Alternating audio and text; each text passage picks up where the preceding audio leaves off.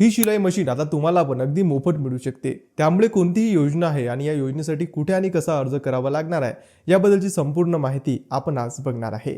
तर महिलांना शिलाई मशीन देणारी अशी स्पेसिफिक कोणती योजना नाही आहे, परंतु एक अशी योजना आहे की त्या योजनेअंतर्गत जर तुम्ही शिंपी या व्यवसायासाठी अर्ज केला तर तुम्हाला नवीन व्यवसाय सुरू करण्यासाठी शिलाई मशीन देण्यात येते। आता या योजनेअंतर्गत तुम्ही या 17 व्यवसायामधील कोणत्याही एका व्यवसायाअंतर्गत अर्ज करू शकता।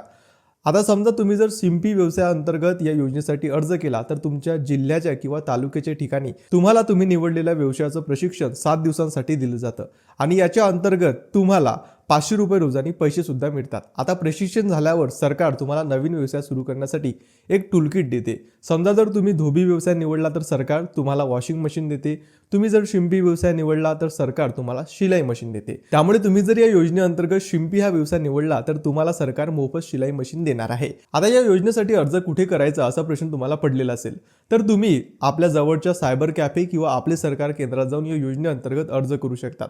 आणि एक लक्षात ठेवा, या योजनेअंतर्गत तुमचं प्रशिक्षण झाल्यावर तुम्हाला लगेच शिलाई मशीन मिळेल असं अजिबात नाही आहे। तुम्हाला 6 महिने किंवा 12 महिन्यानंतर ही शिलाई मशीन मिळणार आहे।